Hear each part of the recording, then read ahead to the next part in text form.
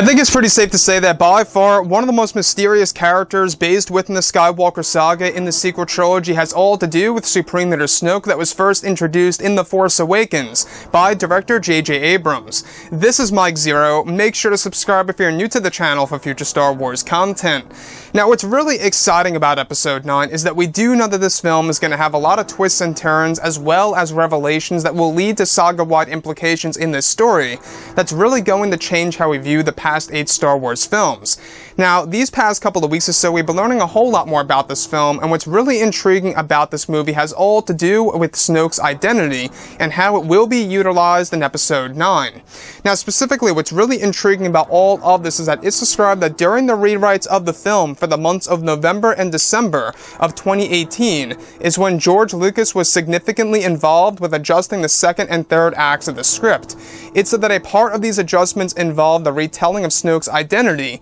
in the final cut of the film that is set to reshape how fans will view Episode 3 Revenge of the Sith, and that a large part of Snoke's identity was inspired by a Star Wars Legends piece from the late 1990s that is set to make hardcore fans very excited. It said that George Lucas played a large role in retelling how Snoke's identity would be revealed and what it would impact in the Star Wars universe. The film is said to provide Snoke's identity that will change how fans view certain key scenes in Episode 3 that they won't see coming for the franchise, that will set up tons of new Star Wars lore for years on end. Also, it's described that the reveal of Snoke's identity is connected to the Beyond, that deals with the origins of the dark side and the galaxy itself. So let's go over a couple of parts about this, because we do know that Episode 9 is not only an important film for Disney and Lucasfilm as companies, but also for the Star Wars community around the world, because this film really does determine the future of the franchise and where things will stand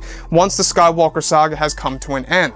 So let's go over Snoke here. Now, the fact that George Lucas was heavily involved in a significant way in adjusting the second and third acts of Episode 9, including how Snoke's identity reveal would be utilized and how it would actually have a massive impact on how fans will view Episode 3 Revenge of the Sith and specific key scenes in Episode 3, leads me to believe that it, yes, has something to do with either A, Darth Plagueis, or B, Darth Sidious/Palpatine. Now, the fact that it's centered on key scenes in Episode 3 that will have a major impact by Snoke's identity reveal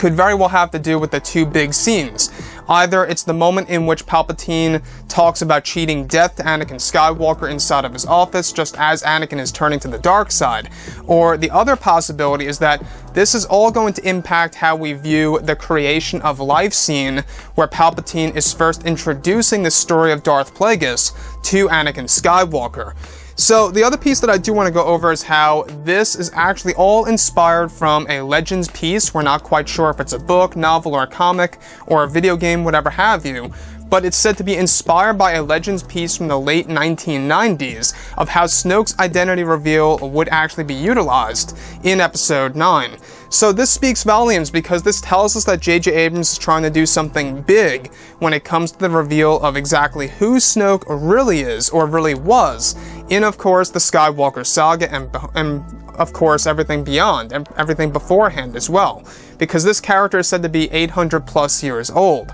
Now, the fact that Snoke's identity reveal will be connected to the Beyond, and by the way, the Beyond holds connections to the origins of the dark side and the entire galaxy itself. So, the one thing that a lot of fans had a lot of issues with The Last Jedi, and some people did not have an issue with it at all, that's fine. But one thing that a lot of people did not agree with was how fast Snoke was killed in The Last Jedi in order to really progress the character of Kylo Ren to becoming the Supreme Leader of the First Order and his very own master. Basically, Kylo Ren not being able to answer to everybody, or anybody at that. So, with that being said, we also know that Episode 9 is going to set up something huge related to the origins of the First Order, and that Snoke's identity is going to be connected to this as well. So this was all because of George Lucas. We do know that there was a lot of rewrites that took place during November and December just last year for the reshoots specifically, which are taking place all the way from April until September now of this year, before they finish the film come October of 2019, just months before the release of the actual movie on, of course, December 19th. So, Snoke, I will say, that character really grew on me as a character in The Force Awakens because of his mystery, and even all the more so in The Last Jedi because we finally got to see him in the flesh. However, we didn't get to see so much action involving that character, and we didn't get to learn too much about his backstory, in which we will learn, by the way, in the Rise of Kylo Ren miniseries that's coming up, as well as the Snoke comic line that is all set and ready to drop this September, so keep an eye open for that. So anyways guys, drop a comment below, let me know what you think about all of this in the comments, and if you guys did enjoy the content for today, do make sure to drop a thumbs up on this video to support the channel. I thank you all so very much for the kind support, and I'll catch you guys next time.